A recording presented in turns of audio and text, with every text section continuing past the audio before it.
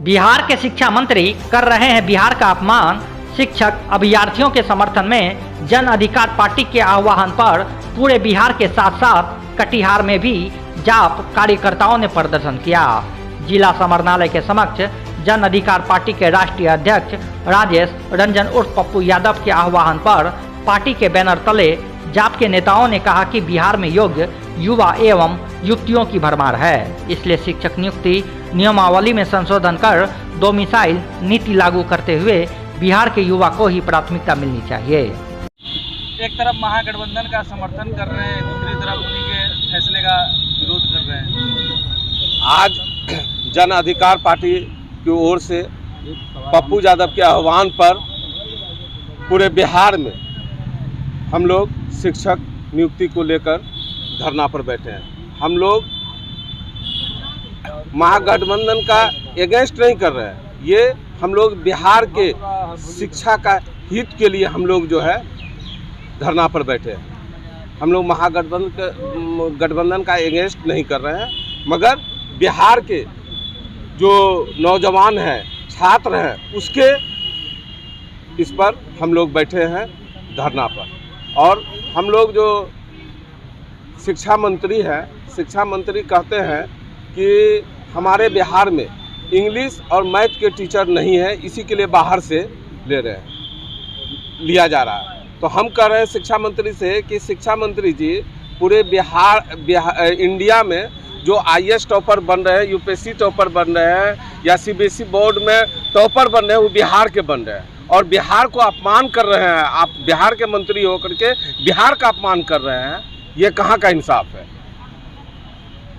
तो शिक्षा मंत्री से अनुरोध कर रहे हैं कि बिहार में भी बहुत ही मैथ के अच्छे टीचर हैं, आप अगर ठीक से लेंगे तो ये नियुक्ति में अच्छे स्टूडेंट आएंगे।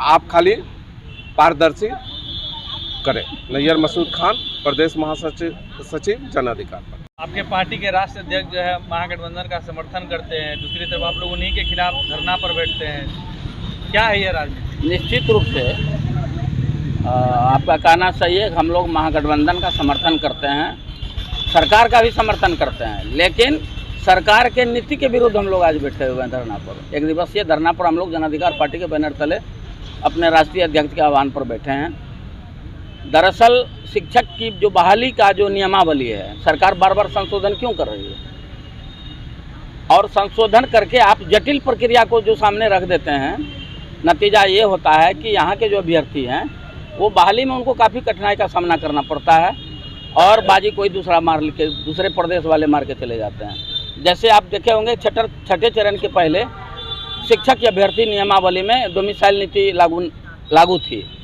और नतीजा ये हुआ कि हमारे बिहार के शिक्षक अभ्यर्थी को सबसे ज़्यादा मौका मिला।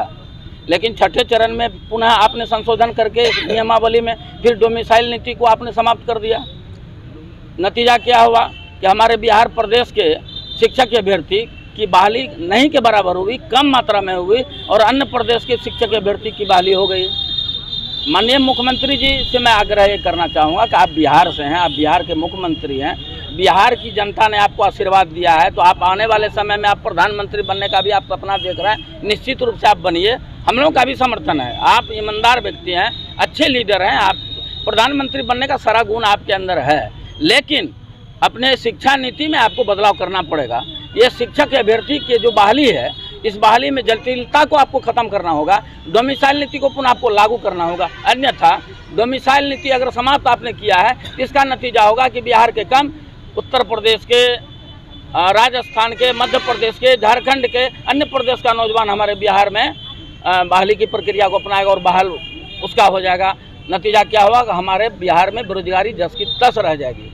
इसलिए डोमिसाइल नीति को पुनः आपको लाना पड़ेगा और अगर डोमिसाइल नीति आप लाते हैं, इससे ज़्यादा हमारे बिहार के अभ्यर्थी को लाभ मिलेगा, बिहार की बेरोजगारी कम होगी। तो पहले बिहार और बिहार के बारे में चिंता आपको करनी चाहिए थी, अन्य प्रदेश की चिंता बाद में करनी चाहिए। जब आप प्रधानमंत्री बनिएगा तो पूरे देश के बारे में चिंता कीजिएगा, आप उसमें हमारा स्वागत होगा। लेकिन आप बिहार के मुख्यमंत्री हैं, बिहार के मुख्यमंत्री होने के नाते बिहार के नौजवानों के प्रति, बिहार के बेरोजगार के प्रति, बिहार के शिक्षक अभ्यर्थी के प्रति आपको एक जिम्मेदार होना चाहिए, गंभीर होना चाहिए। इसलिए हम शांतिपूर्ण आंदोलन का रास्ता हम लोगों ने अपनाया है। आज धरना पर बैठे हैं शांतिपूर्ण और विनम्र तरीके से।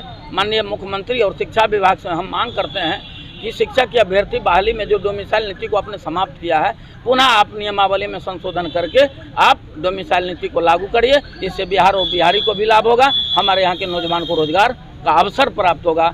इसलिए हम लोग आज शांतिपूर्ण आंदोलन पर बैठे हुए हैं। बहुत बहुत धन्यवाद। वकील दास, प्रदेश महासचिव, जाप।